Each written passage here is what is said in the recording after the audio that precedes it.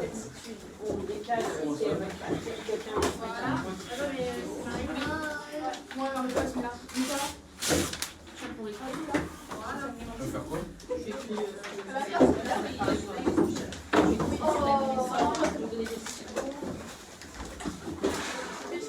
Attends, bien, je laisse un argument. Attends, bien. Je laisse un argument.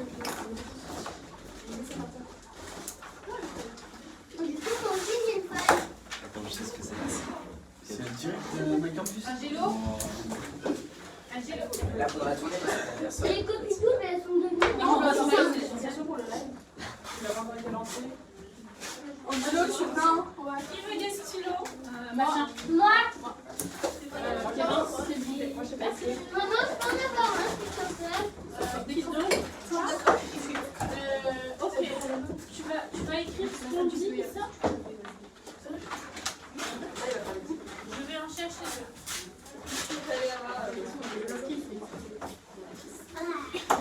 Il est trop bon cet Tout le hamburger. monde a des feuilles, c'est bon. Tu as Manu, tu fais? T'as terminé? Non. C'est bon, vous êtes tous bons là? Baptiste, je te donne que ça, du coup, je te laisse gérer. Qui d'autre a besoin d'un stylo? Sophie, c'est bon pour vous? Oui, c'est tout bon. Toi, tu veux des crayons ou un stylo? Stylo. Attends, il y a des vues là. Quelqu'un dans ma feuille. J'ai vu direct. Oh, vas-y, parlez un peu. Vas-y. Vas-y, vous êtes comment là? Du coup, aujourd'hui, Sophie va vous présenter l'atelier comment réussir, c'est ça? Comment gérer ou réussir son entretien. Voilà, se préparer. Donc, soyez tous bien à l'écoute. Hein. Comme ça, au moins, ça peut vous servir, surtout pour ceux qui sont en post-bac actuellement. Là. Voilà, allez, bonne séance. Je vais me lever, non pas parce que j'ai envie d'avoir une tête de plus que vous, mais parce que comme ça, je peux me tourner plus facilement et je tourne le dos à personne. Donc, je m'appelle Sophie. J'ai croisé certains d'entre vous peut-être à un atelier précédent. Je suis coach professionnelle et je fais de la formation en entreprise et auprès des particuliers. Et donc, on va parler entretien, comment on se prépare à des entretiens. Est-ce que vous en avez déjà passé des entretiens? D'embauche? En général, d'embauche pour une école, pour un stage, pour un job d'été. Qui en a déjà passé? Ouais. On va juste commencer un rapide tour de table. Si vous voulez me donner votre prénom et votre âge et peut-être votre classe pour savoir, pour que je situe un peu. Angelo, 14 ans, et je suis en troisième. Ok. Baptiste, 17 ans et je suis en terminale. Ok. Guillaume, 18 ans et je suis en terminale. Ok. Isa, 7 ans, et j'en sais un. Hugo, 15 ans et je suis en troisième. Johan, 12 ans, et je suis en 5e. Manuela, 12 ans, je suis en 6e. Marie, 17 ans, en terminale. Oh, c'est fini là. Lily, 14 ans, 3e. Ouais. Clémence, 12 ans, 5e. Bastien, 18 ans en terminale. Ok. Alors, les entretiens, vous en avez peut-être déjà passé, mais en tout cas, ce qui est sûr, c'est que vous allez en passer au moins un dans votre vie. Ça peut être pour une école, pour un stage, pour un job d'été, et puis demain pour vos jobs respectifs. Donc, plus tôt, vous allez vous dire, tiens, mais j'y vais comment dans ces entretiens? Comment je me prépare? C'est quoi un entretien? Plus vous avez des chances que ça passe crème et que ça ne soit pas un moment particulier. Ça vous stresse ou pas, passer des entretiens? C'est stressant pour ceux qui en ont déjà passé? Ouais. Ouais, j'en ai pas passé, mais. Ouais. C'est quoi qui est stressant? Parce que c'est stressant, en fait, c'est important. Quoi. Ouais. C'est stressant parce que c'est important. Si on s'en fiche, s'il n'y a pas d'enjeu, à la limite, on y va, peu importe si on réussit ou pas, mais quand vous allez passer un entretien, vous avez envie de réussir, vous avez envie d'obtenir ce pourquoi vous passez un entretien. Donc du coup, ça met un stress. Et donc, quand on est sous stress et qu'on n'arrive pas à gérer son stress, il peut se passer tout ce qu'on n'a pas envie qu'il se passe. Et du coup, on rate. C'est un peu dommage. Donc du coup, on va essayer de regarder ensemble comment on peut se préparer à un entretien. Et pour ça, d'abord, c'est de se dire, finalement, pourquoi c'est important de se préparer à un entretien, au-delà de ne pas être stressé? Qu'est-ce que ça peut permettre de faire? Bah, c'est de se rendre compte d'une erreur et pas de la faire devant le patron. Enfin, celui devant qui on fait le... Ça pourrait être quoi une erreur? Bah, une erreur genre dans la gestuelle, peut-être qu'on se rend compte qu'en parlant en langue d'autres, on bégaye. Alors tu as complètement raison, c'est pas forcément une erreur, mais en tout cas dans notre attitude, parce que c'est très court un entretien, ça dure des fois un quart d'heure, 20 minutes, je sais pas, ce que tu as fait, ça a duré combien de temps? Ouais, c'était vite, on la connaissait. Bon. Ouais, c'était 10 minutes. Alors ça peut être 10 minutes, ça peut être une Ça demi-heure, dépend, ouais. ça peut être 1 heure, ça peut être 2 heures. Donc en fait, selon la durée, en tout cas, c'est relativement court et on se dit que pendant ce temps très court, bah, la personne, elle va se faire une idée de qui on est, en fonction de notre façon de bouger, en fonction de notre façon de parler, de ce qu'on va dire. Et évidemment, ce qu'elle va voir de vous, bah, c'est pas la réalité de tout ce que vous êtes plein d'autres choses, on est plein d'autres choses, on n'est pas que ce qu'on donne à voir de nous en entretien, mais bah, en même temps, c'est un petit échantillon, et à ce moment-là, bah, avec cet échantillon-là, la personne qui est en face de nous, elle va prendre une décision de bah, c'est ok ou c'est pas ok.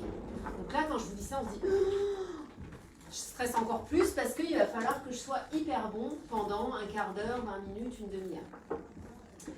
Mais moi, j'ai envie de vous retourner, si on regarde les choses dans l'autre sens, on se met à la place de celui qui est en face, on va dire du recruteur ou de l'école ou du jury qui va vous sélectionner pour entrer peut-être dans une école ou d'un employeur, d'une entreprise qui va vous prendre en stage. Est-ce que d'après vous, c'est stressant pour lui un entretien? Non, Mais il a déjà son job. Ouais. S'il a besoin de quelqu'un, qu'il en a vraiment besoin, c'est impératif. Là, il va stresser parce qu'il se dit qu'il faut qu'il trouve le meilleur. Et oui, c'est pas anodin. Celui qui fait passer l'entretien, ben, pour lui aussi, il y a un enjeu, on disait c'est important, mais celui qui fait passer l'entretien, pour lui aussi, c'est important. Parce que s'il fait passer un entretien, c'est qu'il cherche quelqu'un. Il cherche quelqu'un pour un boulot, il cherche quelqu'un pour intégrer une formation à l'école, il cherche quelqu'un pour apprendre en stage. Donc lui, il va avoir envie que ça marche aussi, parce que s'il se trompe, il prend quelqu'un, il embauche quelqu'un, puis ça ne fait pas le job derrière. Qu'est-ce qui va se passer? Effectivement. Ouais, ça pourrait même avoir des effets sur son activité, sur l'entreprise. Ça peut coûter de l'argent, il aura perdu du temps. Imaginons que c'est pour une école, vous postulez pour une école, ceux qui sont au bac, il y a certaines écoles qui font passer des oraux, hein, des entretiens. Et puis bam, ils se trompent, ils prennent pas, enfin le candidat ça le fait pas. Bah, est-ce que ça va pas bien se passer ensuite? Donc ça a un impact sur la classe, ça a un impact sur les résultats de l'école au final.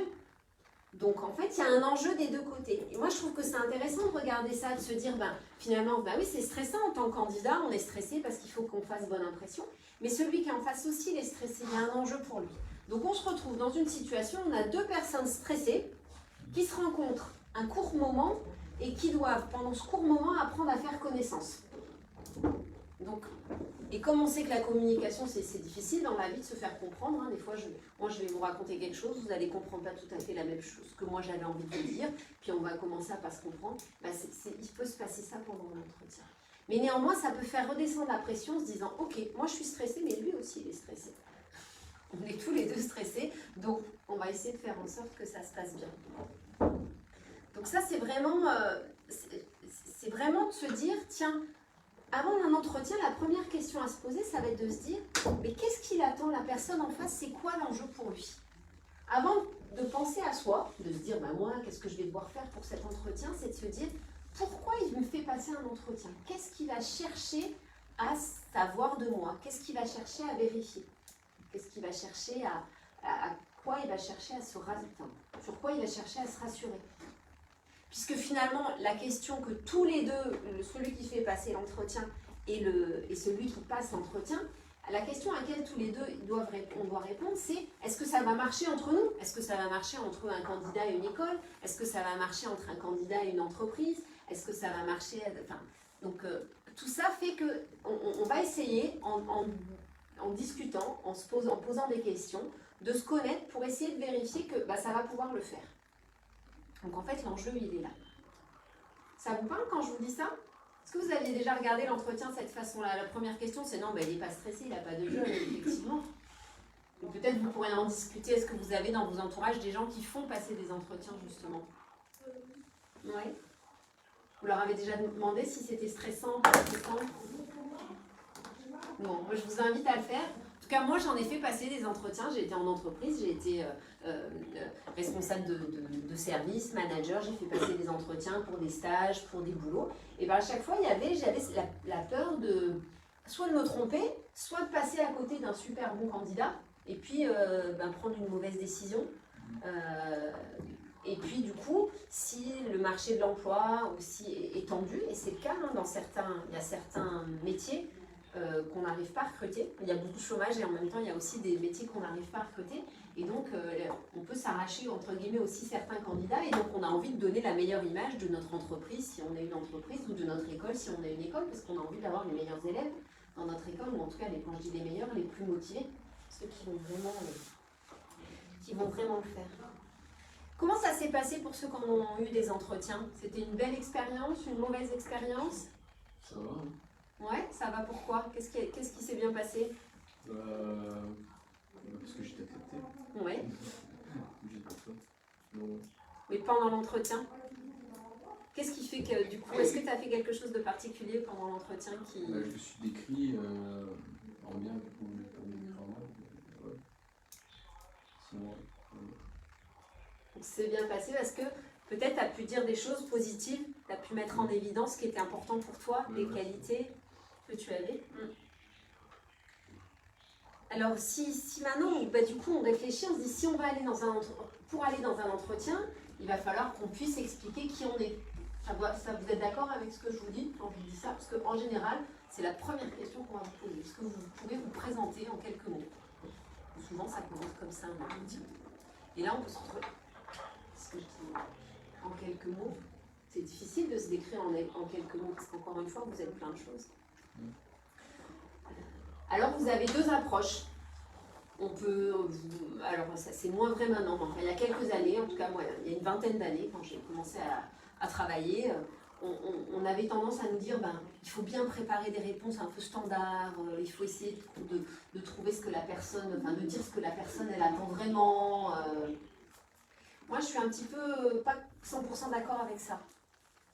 Parce que ce qui va être important, c'est de dire qui on est vraiment. Parce que si ça ne marche pas, l'entreprise ou l'école ça va pas être satisfaite, mais le candidat ne va pas être satisfait non plus. Si vous acceptez un job et finalement le job il n'est pas fait pour vous, qu'est-ce qui va ça va pas le faire.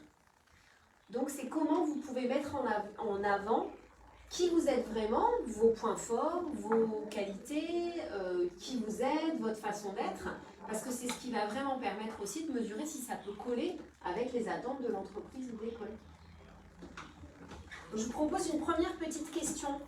Comme ça, on va essayer de préparer cette première petite phrase de si vous voulez vous présenter en quelques mots.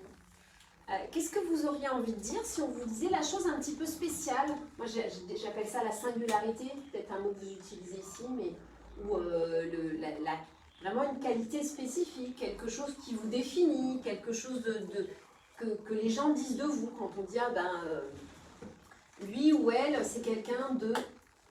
Alors ça peut être une qualité, ça peut être aussi une passion, ça peut être quelque chose que vous savez faire.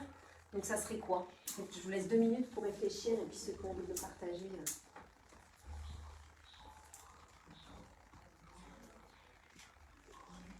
Quelqu'un a envie de se lancer?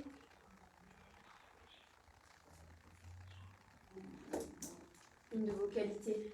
Il y en a plein. Puis je sais qu'ici vous les travaillez en plus. Vous allez les chercher, les explorer. Ça serait quoi? Non? Vous n'en avez pas? Non, ça serait L'autonomie. Pourquoi c'est intéressant, par exemple, de mettre en avant l'autonomie? Parce que c'est une preuve que tu peux travailler seul et que tu n'as pas forcément besoin de quelqu'un derrière qui va te pousser tout le temps. Donc ça va être intéressant pour un employeur. Il va se dire, quelqu'un, une fois que je vais lui avoir expliqué le job, il va pouvoir le faire. Si une fois que je vais l'avoir pris dans l'école, c'est quelqu'un qui va être capable de se prendre en main, de se débrouiller, super qualité. Vas-y, tu voulais... L'endurance au travail. Ouais. Alors, qu'est-ce que ça permet de faire l'endurance au travail? Ça permet que si jamais on a le patron de l'entreprise, il a besoin d'avoir un projet fini à la fin d'un certain temps, moi je vais pouvoir travailler pendant tout ce temps et après il demander un petit jour de repos. Mais pendant tout le temps, je vais pouvoir travailler jour et nuit. Donc, c'est intéressant de le mettre en avant. Quoi d'autre? Quelles sont vos autres belles qualités? J'ai une trousse avec des listes de qualités, mais ça sera moins drôle parce que ça ne sera pas les vôtres qui sont pas obligés.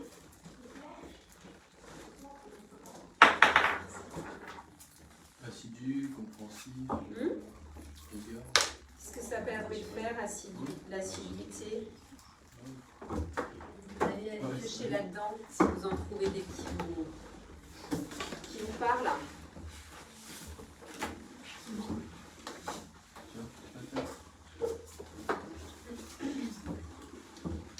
Ah ouais, ça. Responsable. Responsable? Alors qu'est-ce que ça veut dire la responsabilité? C'est la responsabilité.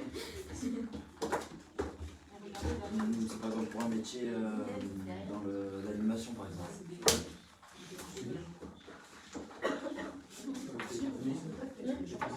Déterminé. Qu'est-ce que c'est par exemple ça va pouvoir Je sais pas si c'est une qualité, mais ça c'est fort. Attends, on s'écoute parce que sinon, comme ça, parce que vous pouvez écouter ce que les autres disent et ça peut vous donner des idées. Se mettre à fond dans son recherche, ce qu'on veut. Ouais. Ce qu'on veut absolument. On est déterminé à faire la chose. Donc ça, c'est rassurant pour un recruteur au sens large, la détermination, parce que ça va être de se dire, bah tiens, lui, je vais pouvoir compter sur lui, il va aller jusqu'au bout. Alors, ça c'est peut-être une question qu'on va vous poser souvent, qui vous êtes? Alors vous allez pouvoir dire évidemment votre âge, votre nom, d'où vous venez, quelques mots de votre parcours.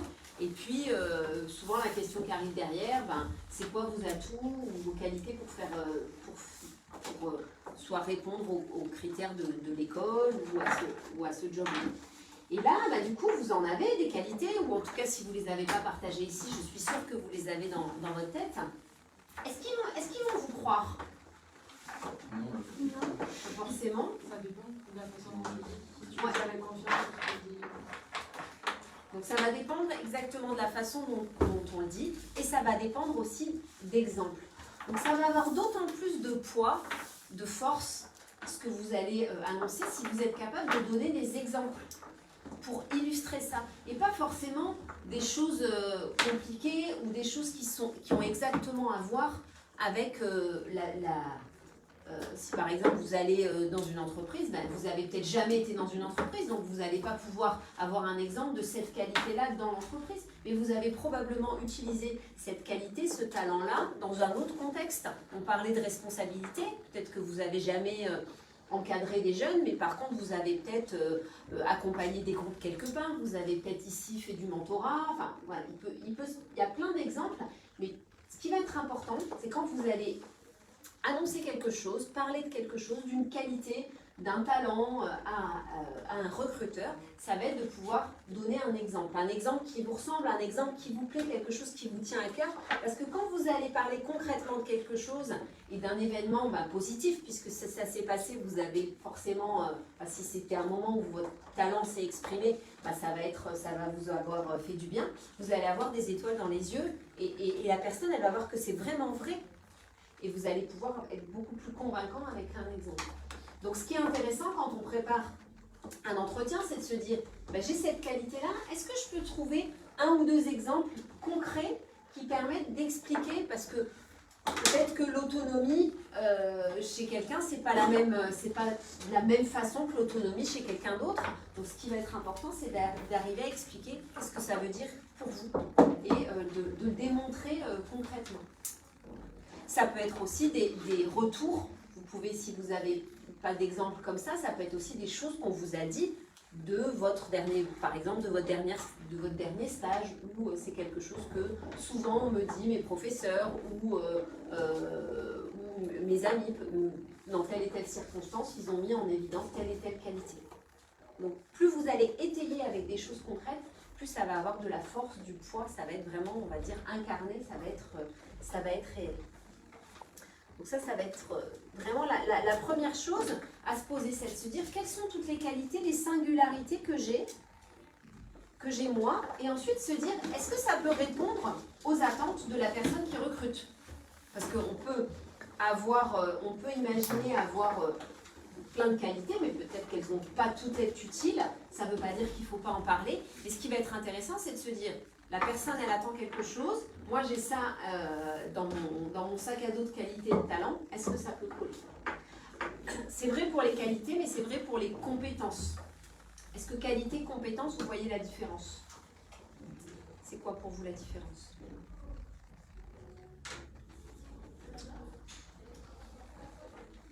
Les compétences, c'est quelque chose que tu sais faire, alors que les qualités, c'est quelque chose que tu es.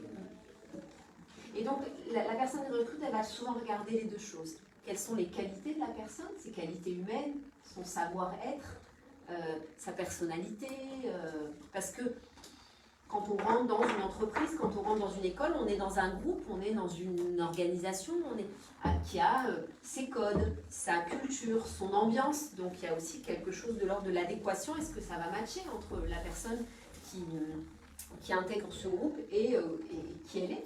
Et puis du coup, il y a aussi, est-ce qu'elle a les savoir-faire, les compétences qu'il se faut? Alors pour un boulot, c'est un job, c'est évident. Pour une école, ils vont peut-être regarder en tout cas la capacité à acquérir les compétences, ou peut-être des prérequis qu'il faut avoir pour pouvoir être sûr de suivre correctement les enseignements qui vont être délivrés. Donc il y a ces deux volets-là, et ce qui va être important quand vous préparez un entretien, c'est vraiment de vous mettre du côté de la personne qui recrute et de se dire, de ce que je connais, de ce que j'ai pu lire sur cette entreprise, sur cette école, de ce qu'ils mettent en avant, de la façon dont ils ont de décrire l'entreprise, quels mots ils utilisent, qu'est-ce que j'ai l'impression qu'ils cherchent comme type de personne en termes de culture, et est-ce que moi je colle ou pas? Est-ce que j'ai les qualités pour répondre à ça? Et puis quand il va y avoir une offre de recrutement ou un poste, se dire est-ce que j'ai les compétences qui permettent de postuler à ça. Donc ça, le premier travail préparatoire, ça va être de se poser ces questions-là. Ça va être fondamental. Moi, j'ai vu pas mal de gens en entretien où quand j'ai été déçue, c'est parce que la personne, elle avait peut-être beaucoup préparé ce qu'elle savait faire, elle, mais elle ne s'était pas posé la question de est-ce qu'on allait être capable de le faire ensemble. Et c'est ça qui est fondamental, parce que moi, ce qui m'intéresse, c'est parce que la personne, elle sait faire ou qui elle est dans l'absolu, c'est est-ce que qui elle est et ce qu'elle sait faire, ça va coller à mon besoin, à moi. Donc il faut vraiment se poser cette question dans ce sens-là. Et là, vous allez déjà faire un premier pas. C'est deux personnes qui se rencontrent, il faut que chacun fasse un pas l'un vers l'autre. Donc celui qui recrute, il va avoir fait l'annonce, etc. Le candidat, il faut qu'il soit capable d'aller un petit peu dans le monde de l'autre pour se dire, est-ce que ça peut coller aussi pour moi? Ce qui peut-être vous permettra de vous rendre compte que non, c'est pas du tout pour vous, quoi. Ah non, j'ai pas du tout envie d'aller dans cette école. J'ai pas du tout envie d'aller dans cette entreprise. Ça me plaît pas. Je suis pas d'accord avec ce qu'ils font, je suis pas d'accord avec qui ils sont. Donc vous avez le choix aussi, comme le recruteur, il a le droit de vous dire non, vous avez le droit aussi de, même après un entretien, de ne pas y aller. Ça vous fait bizarre quand je vous dis ça? Vous imaginez dire non après un entretien? On vous a dit oui, puis c'est vous qui dites non, finalement. Il faut être sûr de soi. Ouais. Et en même temps, qu'est-ce que tu risquerais à dire oui? Si tu dis oui, qu'est-ce qui pourrait se passer alors que tu n'as pas du tout envie? Je m'ennuie beaucoup. Et comme c'est quelque chose qui, en général, quand on s'ennuie, on fait un travail de mauvaise qualité. Donc le patron aussi, soit nous on part, soit une semaine après on sera licencié. Il vaut mieux dire non avant. Alors après, vous pouvez vous poser la question. Vous pouvez avoir le droit d'essayer. Vous pouvez avoir le droit de dire j'y vais et je tente les choses. Mais si à un moment donné, vous êtes convaincu que ça ne peut pas le faire, que ça ne répond pas, que vous n'avez pas les compétences pour faire le job et en tout cas, vous n'allez pas être capable de les acquérir, peut-être en tout cas, il faut se poser la question. Et vous avez cette liberté-là de vous poser cette question. Donc il y a vraiment un choix, le voir comme quelque chose où c'est deux personnes ou un groupe de personnes qui se choisissent mutuellement pour faire un bout de chemin ensemble. On va faire un bout de chemin ensemble au travail, un bout de chemin ensemble en stage, un bout de chemin ensemble dans une école. Donc il faut vraiment qu'il y ait un engagement des deux côtés. Oui, on est prêt à vous accueillir en tant que candidat, mais moi, en tant que candidat, je suis prêt à m'intégrer dans la structure dans laquelle j'ai postulé. Je sens que c'est OK pour moi. Parce que s'il n'y a pas cette co-responsabilité, cet accord des deux côtés, ça peut risquer de coincer. Donc ça va être vraiment important. Est-ce qu'il y a des choses qui vous font peur pendant un entretien? On vous disait, je ne vais pas dire donner mes défauts. Or, ça peut arriver. Que la personne elle mette la pression. Ouais, alors ça serait quoi par exemple? Qu'elle soit sèche, d'un coup, qu'elle soit pas amicale. Ça peut arriver. Et qu'est-ce que ça pourrait faire chez toi alors du coup? Si tu te retrouves Je vais être stressée. Enfin, tout à l'heure, on a parlé du stress. Enfin, je vais pas être à l'aise avec lui. Ouais. Ça peut déstabiliser. Et effectivement, on sait que souvent quand on est désagréable, quand on a soit elle est stressée par ailleurs, ça n'a rien à voir avec vous. Elle est désagréable, mais c'est pas parce qu'elle vous aime pas, c'est parce qu'elle est stressée dans son job, parce que peut-être elle se met un stress de dingue pour cet entretien qu'il faut absolument qu'elle réussisse. Peut-être qu'elle voit 15 candidats dans la journée, qu'elle est épuisée.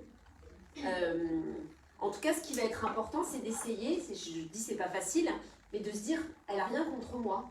Bon, elle est comme ça, à la limite, ça lui appartient, elle est de mauvaise humeur, elle est désagréable. Moi, je suis moi, et ça ne va pas m'empêcher de dire ce que j'ai à dire. Mais tu as complètement raison, quand on se retrouve avec quelqu'un qui est fermé et désagréable, ben, spontanément, on est moins à l'aise. Et pourtant, il pourrait quand même y avoir un risque, quelqu'un qui serait trop à l'aise, qui nous mettrait un peu trop à l'aise. Qu'est-ce qui pourrait se passer? On pourrait être en confiance et faire à la fin un peu lui parler comme si c'était un peu son ami et là il ne peut pas aimer. On ne sait pas. Ouais, effectivement, on pourrait être alors trop en confiance, ça serait peut-être pas grave parce que vous seriez peut-être naturel. Par contre, là où tu as complètement raison, c'est qu'on ne la connaît pas la personne, donc on ne sait pas à quel point elle est OK pour qu'on ait un rapport amical. Donc il y a essayer de comprendre, d'être un petit peu observateur et de se dire est-ce que je peux me permettre d'être un peu plus familière avec elle, jusqu'où je peux aller, je vais dire en termes d'intimité ou de proximité, tant que je ne la connais pas. On ne connaît pas les codes et la culture de l'entreprise ou de l'école dans laquelle on va. En tout cas, c'est quand même plus facile avec quelqu'un d'agréable qu'avec quelqu'un de désagréable. Est-ce qu'il y a des questions qui vous font peur?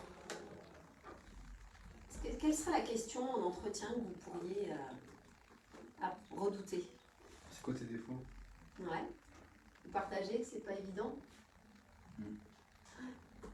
Alors comment on peut, par rapport à cette question, je vous rassure, elle est de moins en moins posée, mais elle est encore posée.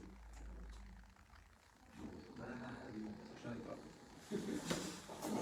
Délister, mais je trouve une faire, par exemple, moi, si j'ai un problème avec la ponctualité, je voulais dire que j'y arrive quand même, je m'achèterai une montre et j'y arriverai. C'est l'exemple. Mais c'est pertinent, c'est de se dire, tout le monde en a. Bon, alors, le jour je discutais avec mon petit garçon, et alors lui il m'a dit j'aime pas dire défaut, est-ce qu'on peut dire inconvénient? Je trouve que il est petit, hein, mais je trouve que c'est rigolo comme mot, parce que du coup, un défaut c'est quelque chose qui est un peu dans l'absolu. Un inconvénient, bon, il y a des avantages et des inconvénients, alors on peut essayer de faire avec. Alors j'aime bien ce mot-là. On a tous nos inconvénients. Il y a des choses pour lesquelles on est moins fort. Mais heureusement, il y a des choses sur lesquelles on est super fort. Et puis, quand on les connaît, ces points sur lesquels on n'est pas, peut-être pas aussi bon que d'autres sur ce domaine-là, ça veut dire que ça peut nous mettre en vigilance. On peut faire attention. Si j'ai une voiture, elle roule super bien, mais elle a, je sais pas moi, l'huile qui fuit un peu. C'est pas terrible hein, de perdre un peu d'huile. Je vais être un peu plus vigilante, je vais aller contrôler le niveau d'huile plus souvent, je vais être capable d'en remettre, je vais peut-être essayer d'être plus vigilant sur ce point-là. Bon. Et on pourrait dire que si vous avez conscience de vos points un peu plus faibles, vous allez pouvoir être plus vigilant. Si je ne suis pas ponctuelle, je vais prendre un quart d'heure de marge pour arriver à l'heure au travail. Et peut-être que dans certains boulots, vous pouvez arriver entre 8h et 8h30 et c'est pas grave. Et vous n'avez pas besoin d'être là pile à l'heure. Donc peut-être que c'est pas si grave que ça dans ce contexte-là. Donc est-ce qu'on répond ou pas? Qu'est-ce que vous pourriez répondre? Alors, j'en ai pas, on va pas vous croire. Alors vous pouvez le dire, l'humour ça marche, hein. Bah, j'en ai pas. Ou voilà. Comment vous pouvez, donc vous pouvez aussi dire, ben, j'ai conscience que j'ai tel axe de progression, mais du coup, voilà comment je m'en sors avec dans la vie. Et donc ça montre que vous avez ce recul-là, cette maturité aussi, de prendre en compte ce que vous êtes avec vos qualités et vos défauts. Qu'est-ce que ça pourrait être l'autre façon d'en parler? Les assumer, parce que tout le monde a des défauts. C'est ça. Et si je reviens à la question du début, ce qui va être important, c'est aussi d'être honnête avec vous-même quand vous préparez votre entretien, en se disant, tiens, si je regarde un petit peu mes axes de progrès par rapport aux attentes de l'entreprise, est-ce que c'est si grave que ça? Est-ce que je suis capable de faire avec? Est-ce que ça va empêcher le fait de bien faire le job ou le fait de bien réussir peut-être ma formation en étant dans cette école-là? Et si vous vous posez cette question-là, vous allez commencer à trouver des réponses en disant pour que ça soit acceptable, il faudra que je fasse ça et ça. Et donc si vous êtes capable d'en parler avec ces mots-là à la personne qui vous recrute, et peut-être encore une fois en lui donnant des exemples, par exemple, pour, je sais pas, moi je suis bordélique, j'en sais rien, une fois par semaine, je m'oblige à ranger ma chambre. De fond en comble, je ne sais pas si c'est le cas, mais... ou au contraire, alors qu'est-ce que vous auriez comme défaut? On a parlé de vos qualités, je suis sûre plus à l'aise pour parler de vos défauts. Ça serait quoi vos défauts si je vous posais la question? Alors bonjour monsieur, madame, mademoiselle, c'est quoi vos défauts? Moi je suis têtue. Ouais. Mais je viens dans le travail, je sais pas si ça va un problème. Par exemple, si je travaille dans une gym, être têtue, ça va Et ouais, il y a des fois où ça sera pas grave. Et puis, ça pourrait être quoi la qualité qui va avec têtu? Qu'est-ce que ça peut te permettre de faire d'être têtu?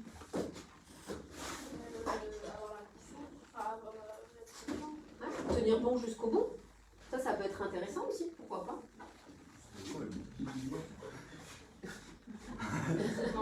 Qu'est-ce qu'il fait? Alors un autre. Je sens. Un autre défaut, ce que vous appelez les défauts, un autre inconvénient. Feignant? La flemme de faire les choses? Non, c'est genre on fait le minimum. Ah. Alors qu'est-ce que ça pourrait avoir comme qualité? Alors là, j'ai souvent cherché, j'ai jamais trouvé. De quoi? Je sais pas. D'être feignant. Ça peut être qualité. Et moi par exemple, je me dis quelqu'un de feignant, ou en tout cas qui de temps en temps a feignantise dans sa vie, je préfère le dire comme ça.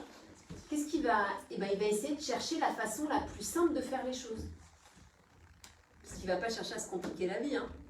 Donc peut-être que ça pourrait lui donner des idées de simplifier ou de faire les choses plus facilement. Pourquoi pas? Quelqu'un qui est feignant, qui va se dire, attends, non mais je ne vais pas faire 15 allers-retours pour aller porter ce truc-là. Tiens, est-ce que je peux regarder autour de moi s'il y a quelque chose qui peut m'aider? Peut-être que si on le faisait à deux, on irait 2 fois plus vite et donc on pourrait faire autre chose. Peut-être que si j'allais chercher un chariot, je pourrais transporter ces 15 trucs en une seule fois. Pourquoi pas? Je vous invite à réfléchir aussi comme ça en se disant, qu'est-ce que ça peut permettre de faire? Effectivement, c'est embêtant à la base. Oui, j'ai ce tempérament-là. D'abord, je suis sûre que c'est jamais tout le temps. Tu n'es pas tout le temps feignant. Il y a plein de moments où tu ne l'es pas. Là, je préfère. Oui, normal. Un exemple. Mais en tout cas, on ne se définit pas par rapport à nos défauts. Il y a des moments, on a des comportements qui ne sont pas terribles. Il y a des moments, il y a feignantise. Il y a des moments, il y a être têtu qui est là et qui prend un peu trop de place. Il y a des moments, c'est, je sais pas, manque de courage. Il y a des moments, ça peut être timidité. Il y a plein de... Mais ils sont là et puis il y a plein d'autres moments où ils ne sont pas là. Donc c'est aussi regarder dans ce que vous appelez vos défauts. Regardez quand est-ce que c'est là et regardez quand est-ce que c'est pas là. Et qu'est-ce qui fait que c'est pas là à ce moment-là. Et donc là, ça vous donne des exemples pour dire, oui, je pourrais par exemple avoir tendance à être feignant, mais quand il y a telle et telle circonstance, je ne le suis pas, je suis capable de travailler 15 heures dans la journée ou de déployer une énergie dingue. Donc vous allez aussi démontrer en exposant un défaut qu'il y a des moments où ça ne l'est pas. Et donc, à la fois, vous l'assumez, bah oui, il y a des fois, je suis comme ça, mais il y a plein d'autres moments où je ne le suis pas. Donc, c'est aller chercher toutes les exceptions et vous ne vous définissez pas comme je suis feignant ou je suis têtu. Il y a des fois, dans certaines circonstances, eh ben, ça peut m'arriver d'être têtu. Mais il y a plein d'autres fois où je suis convaincue que ça ne l'est pas. Et donc, c'est intéressant de chercher les fois où ça ne l'est pas aussi pour illustrer un défaut. Ça vous éclaire un peu? Donc, si on résume pour préparer un entretien, première étape. Ouais, se présenter, être capable de se présenter. Qualité défaut. Qualité défaut. Et avant ça. Réfléchir si ça nous plaît. Ouais, et pour réfléchir si ça nous plaît, qu'est-ce qu'on va essayer qu'est-ce qu'on va aller chercher comme info? Qu'est-ce qu'on va essayer de comprendre? On va déjà se renseigner sur l'entreprise ou l'école, voir si c'est une école, ce qu'on va faire après. Parce que si c'est une école de loi, mais qu'on veut faire architecte, ça va pas servir à grand chose. Et voilà. Donc c'est vraiment se mettre d'abord dans la peau de la personne en face. Première étape, qu'est-ce qu'ils attendent? C'est quoi leur objectif pour faire passer l'entretien? Je ne sais pas s'il y en a d'entre vous sur Parcoursup qui vont postuler à des écoles où il y a des entretiens. Alors, est-ce que tu veux bien nous partager ton exemple? Architecture. Architecture. Il y a un entretien. Alors, qu'est-ce qu'ils attendent pendant cet entretien-là? Qu'est-ce qu'ils vont chercher? À quoi il sert cet entretien? C'est quoi pour eux l'objectif? De savoir qui ils prennent. Ouais. S'il va avoir la motivation de travailler, etc. Donc c'est intéressant d'aller creuser. Moi, je t'inviterai à aller creuser encore plus. À quoi ils verraient pour être motivé pour dans une école d'architecture, ça veut dire quoi? Qu'est-ce qu'ils pourraient leur donner? Quels exemples tu pourrais leur donner pour démontrer que tu es motivé? Comment tu vas illustrer ça? Qu'est-ce que eux pourraient s'attendre à voir? Qu'est-ce qui les rassurerait? Donc quand vous vous posez ces questions-là, quels seraient les éléments qui pourraient les rassurer sur le fait que je suis la bonne personne? Donc ça, c'est vraiment un point fondamental. Et ensuite, du coup, quelles sont mes qualités? Quelles sont les limitations qu'on a tous et qui vont pouvoir être graves ou pas graves et que je vais devoir, avec qui je vais devoir faire, avec quoi je vais devoir faire pour pouvoir candidater. Est-ce qu'on a le droit de poser des questions pendant un entretien? Oui. Ça, c'est autre chose à préparer. Alors, vous pouvez avoir des questions qui vous viennent spontanément, c'est super. Mais s'il y a vraiment quelque chose qui vous tient à cœur, ça va être intéressant de poser la question, parce que c'est le seul moment où vous allez pouvoir vérifier un certain nombre de points. Alors, est-ce qu'on pose toutes les questions? Non. Alors, quelles questions on pose, quelles questions on ne pose pas? Les questions sur l'entreprise qu'on veut poser, on ne va pas lui demander de faire sa biographie. Ouais, une question de respect d'intimité, peut-être. Quoi d'autre? Quelles questions vous pourriez poser? Excuse-moi, j'ai Le salaire. ça se demanderait pas. Eh ben, non, mais c'est intéressant parce qu'effectivement, il y a une espèce de tabou, c'est très français, autour de ça. On en parle ou on n'en parle pas. Donc en fait, évidemment, si c'est la première question qu'on pose, ça peut faire coincer, puisqu'encore une fois, on se rappelle, c'est quoi l'enjeu dans l'entretien? C'est de vérifier si ça va matcher.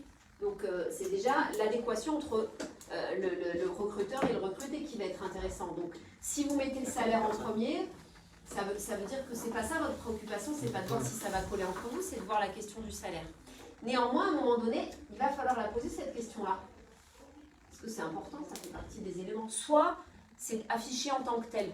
Donc dans ces cas-là, il n'y a pas de sujet, vous aurez votre réponse. Soit le recruteur va en parler spontanément. Après, vous avez le droit de poser la question à un moment donné. Et c'est là qui va être important, c'est que vous pouvez quasiment poser toutes les questions. Ça va être juste de dire est-ce que c'est pertinent de la poser maintenant. Et ça, il n'y a que vous qui pouvez répondre aussi en fonction de comment se passe l'entretien. Mais si on dit le premier objectif d'un entretien, c'est de voir déjà est-ce que ça va matcher entre nous. Donc de se connaître. Donc c'est ces éléments-là. Si ces éléments-là ont été balayés, si vous avez pu échanger sur ces éléments-là, alors vous pouvez peut-être poser des questions plus pratico-pratiques, le salaire, les horaires, ce genre de choses, parce que c'est important de poser ces questions. Mais ça vient dans un second temps, une fois que vous avez abordé l'essentiel de l'entretien, qui est vraiment est-ce que ça va coller entre nous. Ça serait quoi d'autre les questions que vous auriez envie de poser? Est-ce que si on habite loin, Est-ce qu'il y a des gens qui habitent dans la même ville que moi pour que je fasse un peu de covoiturage? Par exemple. Donc toutes ces questions un petit peu d'organisation logistique, hein, pratico-pratique, vous pouvez vous les lister. D'abord parce que peut-être que vous allez avoir l'info assez spontanément pendant l'entretien, parce que ça arrive souvent, quand même, en tout cas pour les entretiens d'embauche ou de stage. Moi, ce que j'ai pratiqué, mais que j'ai vu pratiquer autour de moi, et c'est ce qu'on apprend quand on va apprendre à faire passer des entretiens, c'est qu'on commence par présenter le poste, l'entreprise, le contexte, les conditions. Parce que ça permet, si la personne dit « Ah mais j'avais pas du tout compris ça », bah, on va peut-être pas perdre du temps pendant un entretien. Donc c'est un poste de tel métier, tels horaires, qui nécessite tel ou tel diplôme. Voilà en gros à quoi ça correspond en termes d'activité.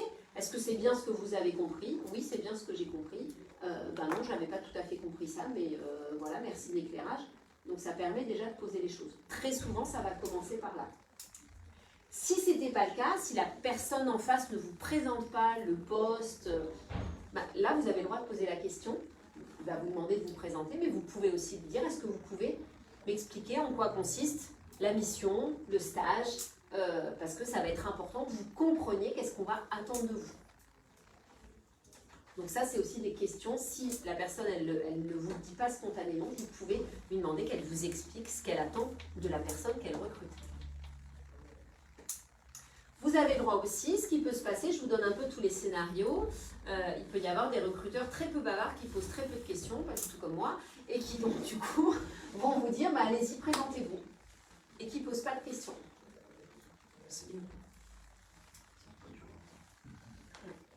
Alors comment vous pouvez réagir dans ce cas-là?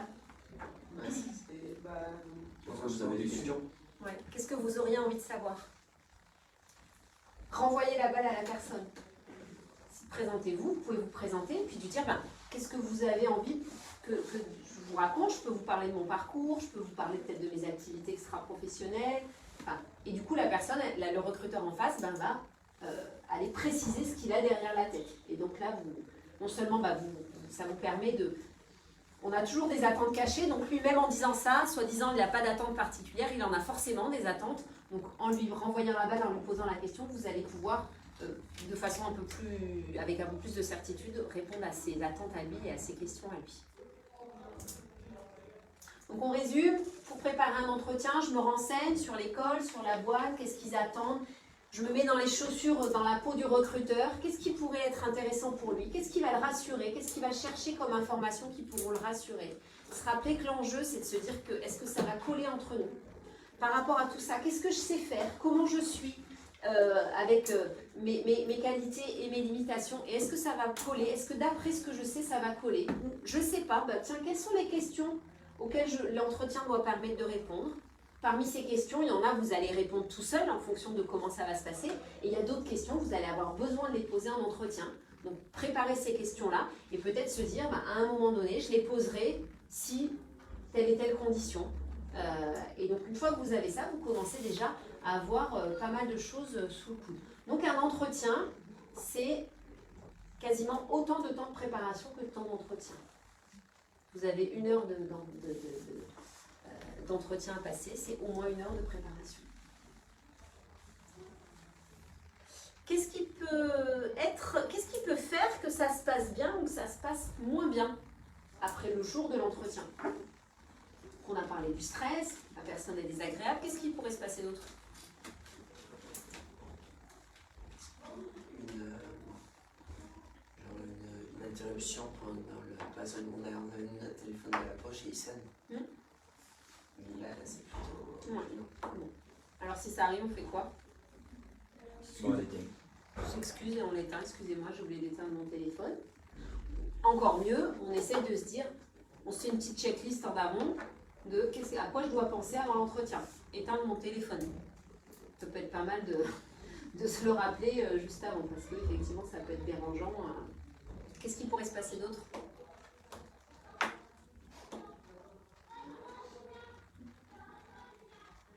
J'arrive en retard. Je me paume, je trouve pas. Là, ça peut vous mettre dans un grand stress. Hein. J'arrive comme ça, transpirante, en courant, du coup à moitié essoufflée. Donc comment on peut faire par rapport à ça? Généralement, tu regardes quand même avant où c'est. Repérer les lieux si c'est possible. Est-ce qu'il y a quelqu'un, enfin, si on m'amène quelque part, est-ce que je peux me garer facilement? Est-ce que c'est facilement accessible? Prendre un peu de marge.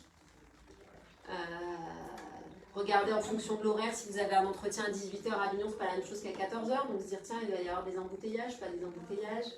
Si vous y allez en train, est-ce que j'ai un plan B au cas où mon train soit annulé? Peut-être pas prendre le dernier train, celui qui vous permet d'arriver à l'heure, mais prendre le train d'avant, comme ça si vous le ratez, vous avez une cartouche.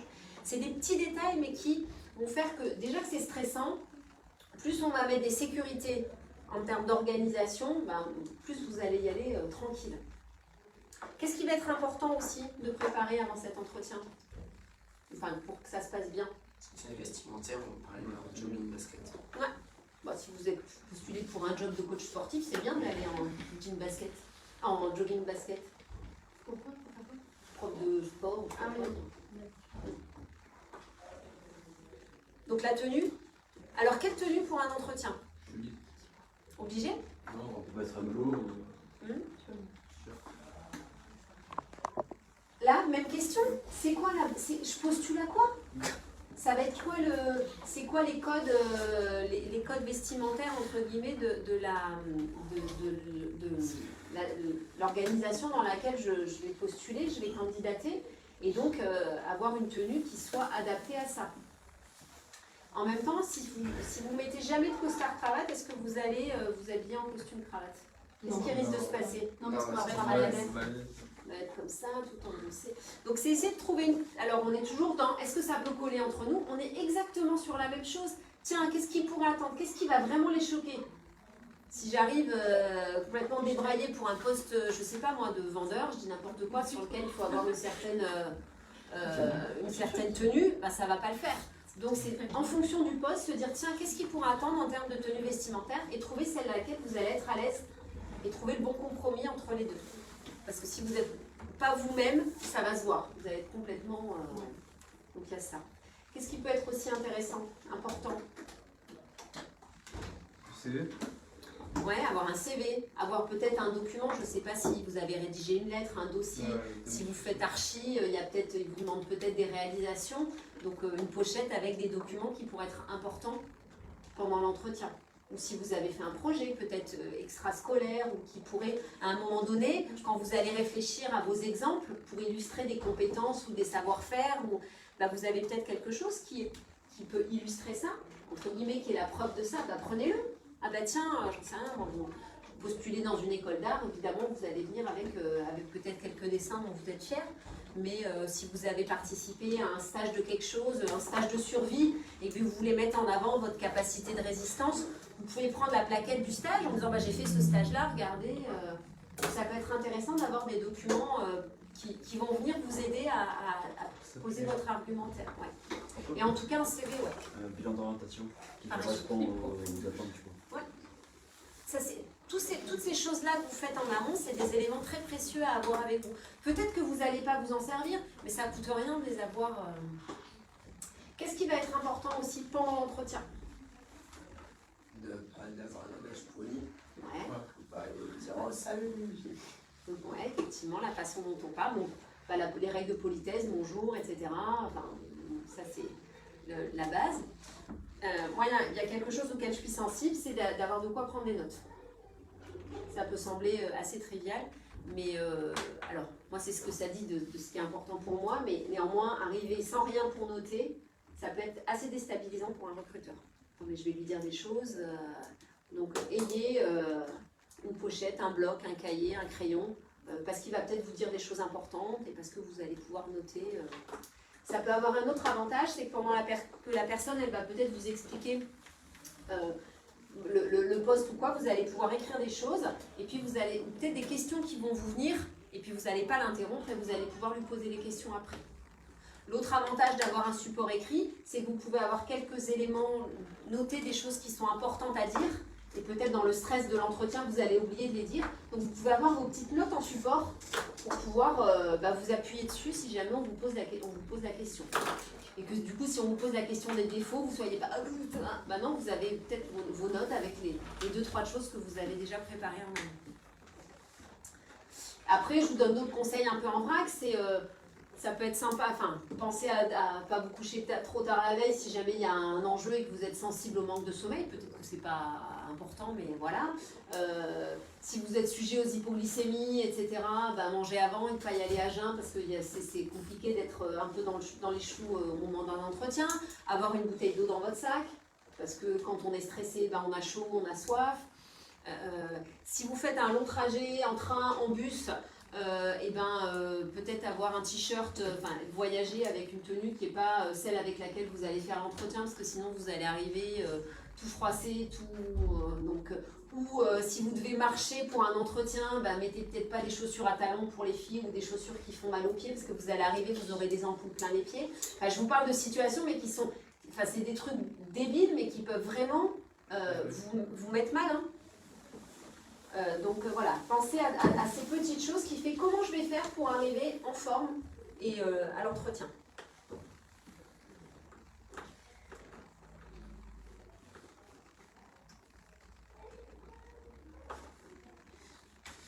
Et du coup, il peut y avoir aussi autre chose, on a dit il y a des questions, il peut aussi y avoir des choses dans votre parcours avec lesquelles vous n'êtes pas à l'aise. Alors vous êtes encore jeune, mais je sais pas, je me suis arrêtée pendant 1 an, je ne suis pas allée en cours. J'ai raté, j'ai raté mon bac. Ça fait partie de qui vous êtes. Soyez, préparez-le ça pour être confortable pour en parler. Parlez-en en termes de retour d'expérience. Voilà, ça m'a appris ça. Cette chose qui s'est, cet accro dans mon parcours ou cette partie non standard de mon parcours, voilà ce que j'en ai appris. Parce que ça va être important. Et alors, donc vous avez, on fait l'entretien, j'accélère parce qu'on est déjà au bout du temps. Vous avez fait l'entretien, on fait quoi après un entretien? L'entretien est fini, qu'est-ce qui se passe? On attend la réponse. Ouais. On attend la réponse, on réfléchit. Donc on a le droit de dire non, on attend la réponse. On attend la réponse indéfiniment? Non, on va Ouais, on peut lancer. Bon, en tout cas, on peut convenir, et ça c'est aussi une bonne pratique, à la fin de l'entretien, on peut dire quand est-ce que vous envisagez de rendre votre réponse? Est-ce que c'est OK si je vous rappelle dans 1 semaine? On postule ailleurs. On peut postuler ailleurs aussi. Ce qui se fait aussi, c'est de remercier. Ça se fait dans pas mal de cas. Vous pouvez envoyer un petit mail ou quoi à la personne qui vous a reçu en disant voilà, et ça permet aussi de raffirmer votre motivation. Ça se fait pas mal. Enfin, ça fonctionne plutôt bien pour les stages et pour les boulots en disant voilà, je vous remercie de m'avoir reçu, je suis toujours intéressée par ce poste. Vous pouvez même, puisque vous avez entendu la personne expliquer qu'est-ce qu'elle attendait pour le poste, ça peut être bien de faire un petit mot en disant j'ai particulièrement apprécié tel et tel élément, ça m'a encore plus donné envie pour telle raison, en reprenant des éléments qui ont été évoqués pendant l'entretien. Parce que du coup, non seulement elle vous aura vu, mais vous allez faire une petite piqûre de rappel pour qu'elle se rappelle de vous après coup et ça va lui démontrer que vous avez compris quelles sont ses attentes. Et donc ça va la rassurer encore plus sur le fait que ça peut coller entre vous. Et puis ça peut arriver qu'on vous dise non. Alors on fait quoi? On postule ailleurs. On réfléchit à ce qu'on aurait pu faire de mal. Ouais, en tout cas ce qu'on aurait pu faire différemment. Pourquoi ça n'a pas marché? Parce qu'on n'a pas forcément fait quelque chose de mal. C'est peut-être juste que ça n'a pas collé. En tout cas, prendre le temps de réfléchir, ça va être important. De se dire, tiens, est-ce que j'aurais pu faire les choses différemment? Ou finalement, ça s'est passé comme ça et ça n'aurait pas pu se passer différemment parce qu'en fait, ça ne collait pas. La réponse à la question, est-ce que ça va marcher entre nous? Eh bien, la réponse est non. Et donc, c'est plutôt rassurant de se dire que ça ne l'a pas fait cette fois-ci. Donc, prendre ce temps de retour d'expérience. Donc, voilà, on arrive au bout. Est-ce que vous avez des questions? Qu'est-ce que vous avez appris aujourd'hui, en un mot? Du coup, vous ne saviez pas, ou qu'est-ce que ça vous a rappelé? Je ne savais pas que, par exemple, celui avec qui on faisait l'entretien, enfin celui qui nous faisait l'entretien, il fallait que ce soit forcément avec lui pour soit plus amical. Qu'est-ce que ça vous donne envie de faire pour la suite alors? Qu'est-ce que ça vous donne comme nouvelle idée? Préparation. Ouais, le temps de préparation, c'était quelque chose que tu avais en tête avant ou pas forcément? Non. Et votre expérience à vous? Mon expérience à moi, en tant que entre recruté ou recruteur? Oui, tout à fait. Alors, plus particulièrement. Vous avez eu des cas bizarres ou... J'ai rarement eu des cas bizarres. Ce que je peux dire, c'est que assez rapidement, on se rend compte s'il y a un feeling qui passe ou pas. Et et en tout cas, c'est pas forcément, ça n'a rien de physique. Moi, ça n'a pas été ça. Ça a été de se dire, je le sens pas, ça va pas le faire. La personne, elle va pas s'intégrer à l'équipe. On va pas bien s'entendre, on va pas se comprendre. Et ça, on peut le savoir assez vite. Et à contrario, il y a aussi plein de fois où je me suis trompée, dans un sens comme dans l'autre. C'est-à-dire en recrutant quelqu'un en étant sûre que ça allait être super, et ça fitait pas si bien que ça, dans les deux sens. Hein. Ou quelqu'un, je me suis dit oui, bon ok, on va le tenter, je suis pas 100% convaincue, mais pourquoi pas, et où ça s'est révélé être des belles expériences. Donc ça montre aussi que l'entretien, c'est qu'un petit bout de nous, quoi. Il vous est déjà arrivé d'avoir dit non à une personne et d'avoir regretté? Oui, ça m'est arrivé d'avoir dit non, et même de rappeler des personnes après, en disant finalement on a le poste. Est-ce que vous avez d'autres questions? Cette personne avec qui vous avez refusé, vous pouvez leur dire pourquoi? Moi toujours. Mais c'est pas une pratique, c'est pas forcément général, mais moi j'explique toujours pourquoi on ne retient pas tel ou tel candidat. Et des fois on ne retient pas un candidat, on en a 2 ou 3, et il y en a 2 ou 3 qui vont bien, on pourrait prendre les 3, puis il faut qu'on en choisisse un, parce qu'on n'a qu'un seul poste. Et là c'est compliqué, parce que on va dire à la personne, ça pourrait le faire, c'est super, mais on ne vous a pas choisi. Et là, il y a plein de critères qui sont parfois subjectifs qui peuvent rentrer en jeu. Ça peut être, des fois, c'est cette personne, je ne sais pas, je le sens mieux, ou elle a une expérience qui colle un tout petit peu plus, ou je pense qu'elle va mieux s'entendre avec l'équipe. Ouais, ça joue ouais, ça se joue. Et ça n'a rien à voir avec la valeur de la personne qu'on n'a pas recrutée. Moi, je le dis dans ces cas-là, ça c'est difficile. Enfin, en tout cas, moi, j'ai trouvé que c'était toujours difficile de l'annoncer à quelqu'un. Maintenant, on ne vous prend pas, c'est super, vous avez fait un super entretien, vous collez pour le job, mais on est désolé, on va prendre quelqu'un. Mais on garde les CV, ça m'est souvent arrivé de rappeler après coup en disant, voilà, ça n'avait pas pu le faire, mais on serait heureux maintenant de vous prendre pour le poste qui suit. Donc en fait, c'est pas parce qu'on vous dit non que c'est mort pour tout le temps. Et puis, moi, ça m'est arrivé aussi de dire, ok, ça le fait pas pour nous, mais j'envoie le CV à quelqu'un d'autre. Donc ça peut aussi être une recommandation. Donc c'est pas parce que vous avez, entre guillemets, eu un refus que ça peut pas déboucher sur quelque chose de chouette après. Et vous avez travaillé? Moi, j'ai travaillé chez Ipsen à L'Isle-sur-Sorgue, une industrie pharma, et chez Sanofi. Ah, ok. Voilà, je suis un peu compte D'autres questions? Mais du coup, c'est vraiment selon le poste que tu veux faire, c'est différent à chaque fois.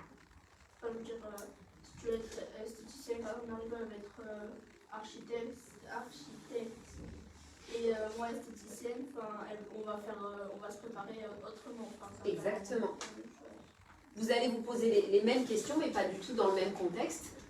Toi, tu vas te poser la question, qu'est-ce que si je vais postuler dans une école, puis demain dans un cabinet d'esthétique, qu'est-ce qu'on va attendre de moi? Et comment j'y réponds à ces attentes-là? Donc effectivement, c'est important toujours. À chaque entretien, vous allez vous préparer différemment, parce que c'est pas le même contexte. C'est bon pour vous? Ouais. Ok. Donc moi je vous invite à préparer on n'a pas le temps malheureusement parce que du coup c'est court. C'est de préparer ce petit topo, je vais dire ce petit pitch de qui vous êtes en quelques mots. Même si vous ne le dites pas comme ça, c'est de dire voilà, moi je me présente, je suis blablabla, j'ai tel âge, je suis, j'ai telle qualité, telle singularité. Ce qui fait que je suis une personne unique, c'est ça. Et quand vous aurez fait ce travail-là pour vous, ça sera beaucoup plus facile de parler de vous en entretien, puisque finalement l'enjeu c'est ça, c'est ça va arriver à parler de soi. Voilà, il y a un petit, je ne sais pas si on en a trouvé, les Laetitia et les Lisa. Il y a 2 petites fiches, 2 petites feuilles qui résument, et si on n'a pas assez, si ça intéresse, que vous ayez le doc. Vous pouvez demander à Laetitia qu'elle vous en imprime.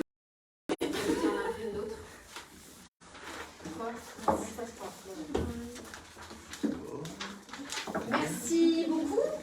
Belle entretien pour ceux qui vont en passer. N'hésitez pas à vous entraîner entre vous aussi. Merci. Merci beaucoup. Au revoir. Au revoir.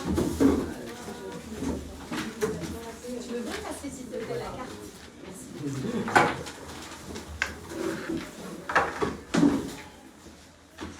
Merci. Comment on arrête un truc comme ça? Ah, attends. Parce que c'est nous, ils ont inversé. Mais non, mais je sais.